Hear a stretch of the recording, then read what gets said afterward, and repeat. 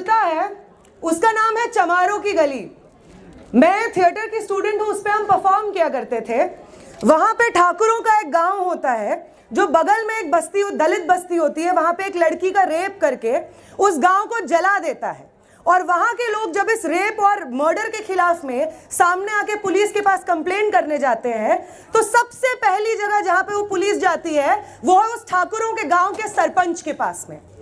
और उस सरपंच का वो अपनी पंचायत बिठाते हैं और वो कहते हैं, देखिए सरपंच भाई क्या जमाना आ गया, कल तलक जो पांव के नीचे था रुतबा पा गया। कहती है सरकार की आपस में मिलजुल कर रहो, सुअर के बच्चे को अब कोड़ी नहीं हरिजन कहो। यही सोच उस वाइस चांसलर के अंदर है, जो ये बात बोलती है कि दलितों के साथ में और ब्लैक्स के साथ में कुछ नहीं होता है, वो तो केवल विक्टिम कार्ड खेलते हैं। यही सोच कि तुम लोग जो हमारे पैर के नीचे होते थे, आज हमसे बराबरी एक्सपेक्ट करते हो।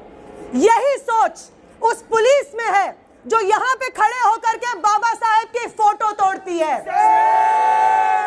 यही सोच उस सत्तापरक्ष लोगों में है जो यूजीसी के गाइडलाइंस लाते तो है, लेकिन कोर्ट में जाकर के उसको डिफेंड करने के लिए एक शब्द नहीं कहते हैं।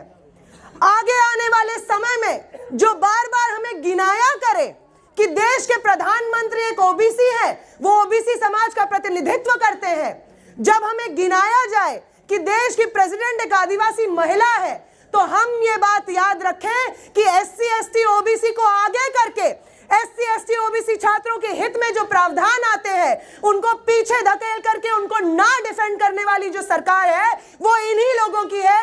इसी ओबीसी प्राइम मिनिस्टर, तथाकथित प्राइम मिनिस्टर की है, इसी प्रेसिडेंट की है जो खुद को पहली महिला आदिवासी प्रेसिडेंट कहती है। ये हम कहीं ना भूलें। वो लोग जो समझते हैं कि आज देश भर में जो आंदोलन हो रहे हैं वो यूजीसी गाइडलाइंस को लेकर के नहीं हो रहे हैं, वो इसलिए हो रहे हैं क्योंकि लोग अपना वोट बैंक जमा करना चाहते हैं। उन लोगों को हम यहां से बता दें कि जो डेटा सरकार ने खुद दिया है भेदभाव के बढ़ने का, उस डेटा के आधार पे और उन स्टूडेंट्स के आधार पे जिनके साथ हम क्लासरूम्स में बैठते हैं, उन स्टूडेंट्स के आधार पे जो जब इक्वल अपॉर्चुनिटी सेल में जाते हैं तो उनकी बात कोई नहीं सुनता है, उन स्टूडेंट्स की टेस्टिमनी और एक्सपीरियंस के आधार पे जो जब अपने सुपरवाइजर के पास कंप्लेंट लेकर जाते हैं जातीय भेदभाव की, तो उन्हीं का पीएचडी रोक दिया जाता है, उन्हीं का स्कॉलरशिप बंद कर दिया जाता है। उनके एक्सपीरियंसेस के आधार पे हम यहाँ पे कह रहे हैं कि यूजीसी के प्रावधान लागू होने चाहिए।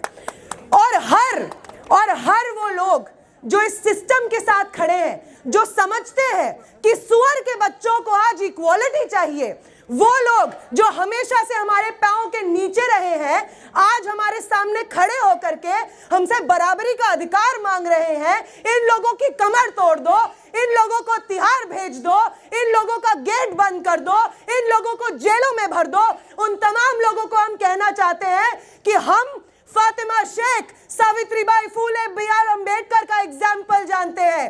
हम उन लोगों का एग्जाम्पल जानते हैं जिन्होंने आपकी जेलों को भरा है इस देश को समता मूलक समाज बनाने के लिए, इस देश की आजादी के लिए। हम लोग जब शुरू से इस चक्कर में पड़े, पहले जब डिटेंशन होता है हमारा कापासेड़ा पुलिस स्टेशन लेके जाया जाता है, वहां पे पुलिस स्टेशन में दो लोगों की फोटो होती है, भगत सिंह और अंबेडकर।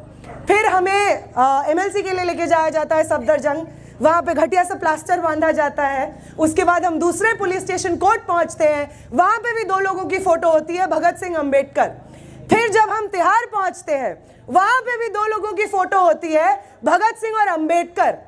तो जिस भगत सिंह और अंबेडकर को तुम चाह कर भी नहीं मिटा पाए हो, उस भगत सिंह और अंबेडकर की लड़ाई को तुम मिट्टी में मिला दोगे, तिहाड़ से डरा दोगे, मारपीट से डरा दोगे, ये तुम भूल जाओ।